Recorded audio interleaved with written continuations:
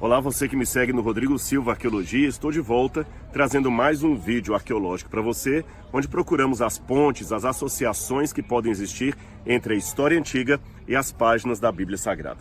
Agora eu estou no sítio arqueológico da cidade de Éfeso, uma cidade muito importante nos tempos greco-romanos. Só para você ter uma noção, no auge de sua glória, na época do apóstolo João, do apóstolo Paulo, dos discípulos de Jesus, esta cidade tinha uma muralha com uma extensão de 9 quilômetros.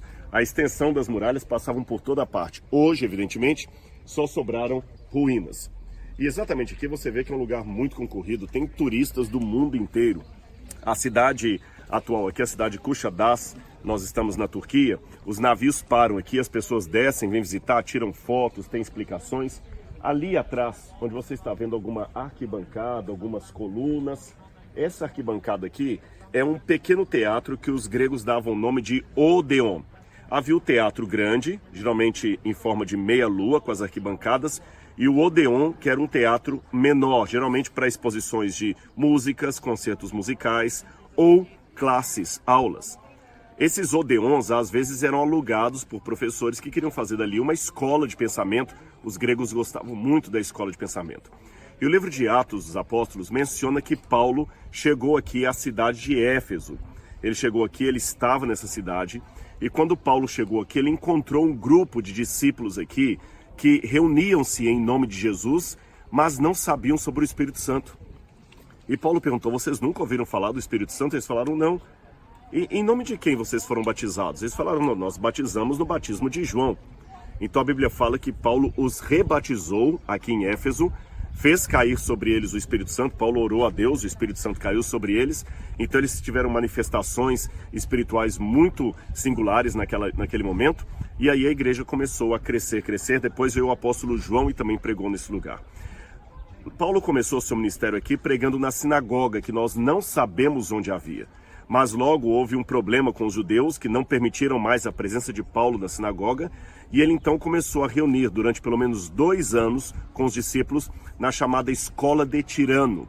Alguns comentaristas supõem a probabilidade que a Escola de Tirano poderia ser esse Odeon que está aqui atrás, que Paulo teria alugado para fazer, quem sabe semanalmente, os seus ensinamentos, a sua teologia e explicar para as pessoas de Éfeso, ou pelo menos aqueles interessados, a doutrina de Jesus. Não posso afirmar para longe de qualquer questionamento, mas tem uma certa possibilidade que realmente ali tenha sido o lugar onde Paulo pregou. Seja como for, ele caminhou por essas ruas, ele viu essas estradas, essas pedras, não em ruínas como nós vemos hoje, porém completamente construídas numa cidade maravilhosa. E logo ali do lado do Odeon, nós temos um outro lugar ali, onde os arqueólogos encontraram uma grande estátua da grande Diana dos Efésios, ou Artemis, ou Artemísia, como alguns dizem, Artemis ou Artemísia.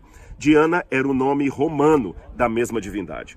É que Artemis, para os gregos, seria a deusa caçadora. Mas aqui na região da Anatólia havia muito culto à deusa mãe, a deusa que protegia as mulheres que estavam lactantes, que acabaram de dar à luz. A deusa mãe, a mãe da natureza. Então houve uma simbiose entre o culto a Artemis, a deusa caçadora, com o culto da grande deusa mãe, e ela se tornou Diana, a famosa Diana dos Efésios, que a Bíblia fala que havia ourives aqui na cidade que ganhavam dinheiro fazendo estátuas dessa deusa. Aqui atrás você tem algumas casas, e aqui nós temos um pequeno comércio. Na verdade, essa área aqui era a área administrativa, e o comércio que ficava nessa parte aqui era justamente daqueles homens que faziam estátuas das divindades. E diz que um desses homens, irado porque Paulo pregava contra a idolatria, estava prejudicando os negócios dele, acabou liderando um tumulto contra Paulo, e Paulo quase foi linchado pela população num teatro que ficava lá atrás da cidade, num espaço perto do antigo porto, na avenida que dava para o porto.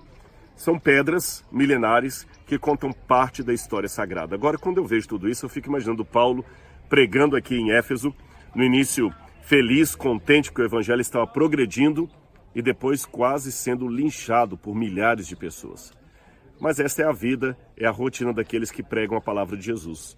Em alguns momentos, como Paulo, você tem o privilégio, a alegria, aquece o coração ver pessoas agradecendo a você porque a sua mensagem tocou no coração delas, porque a sua mensagem levou alguém aos pés de Cristo, porque a sua mensagem trouxe salvação. Eu entendo muito bem Paulo nesse sentido. E há momentos, novamente como Paulo, que há pessoas que agridem você verbalmente, que duvidam da sua moral, da sua capacidade, da sua honestidade. E quem prega Jesus, novamente, tem esse mesmo tipo de reação através, por exemplo, da internet. É por isso que quando eu vejo alguma pessoa que chega para mim e fala assim: Rodrigo, obrigado, sua mensagem me tocou, louvado seja Deus por sua vida, eu tenho orado por você, você fez bem a mim, a minha família, eu agradeço a Deus e confesso, irmãos, sem nenhuma arrogância, sem nenhum resquício de orgulho, isso aquece o meu coração. Eu já mencionei essa frase em alguns sermões de um ex-professor meu que dizia: humildade não é a menina bonita dizer que é feia, nem o rapaz inteligente dizer que é burro. Você não é mais responsável pelos dons que Deus te deu do que pela cor dos seus olhos. Humildade é você reconhecer aquilo que Deus lhe deu e atribuir para a glória dele. E eu faço uma paráfrase dessa frase do meu ex-professor, é como se fosse uma camisa muito cara que alguém deu para você, uma camisa de marca. Você vai guardar aquela camisa na gaveta por questão de humildade? De maneira nenhuma, a pessoa deu, você vai vestir. Mas todas as vezes que alguém fala: nossa, mas que camisa chique, você está muito bonito. Obrigado, foi fulano que me deu. Você agradece, fica feliz porque é gostoso se sentir bem arrumado, é gostoso ser elogiado, mas você atribui a fonte do presente a Deus. Agora, por outro lado, há pessoas que são especialistas em ódio. Tudo que você fala, elas vão distorcer. Você é desonesto porque você não concorda com elas, você não conhece tanto porque você não concorda com elas, você é um ridículo porque você não concorda com elas. Ora, se isso acontece com você, meu amigo, por pregar o evangelho, você está em boa companhia, porque aconteceu a mesma coisa com Paulo aqui em Éfeso. A única diferença...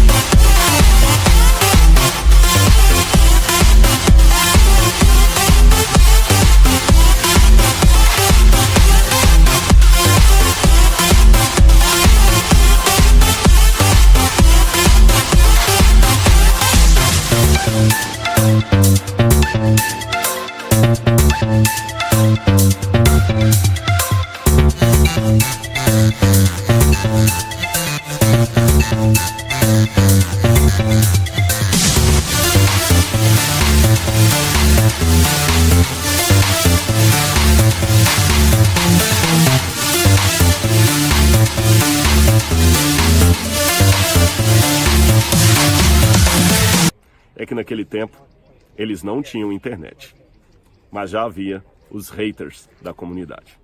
Espero que você tenha gostado desse vídeo, dessa aplicação que eu fiz, e se gostou, não esqueça de dar o seu like, ativar o sininho de notificações e compartilhar esta mensagem que não é minha, mas o Evangelho de Cristo a todas as pessoas que você puder. Um grande abraço e até o nosso próximo vídeo.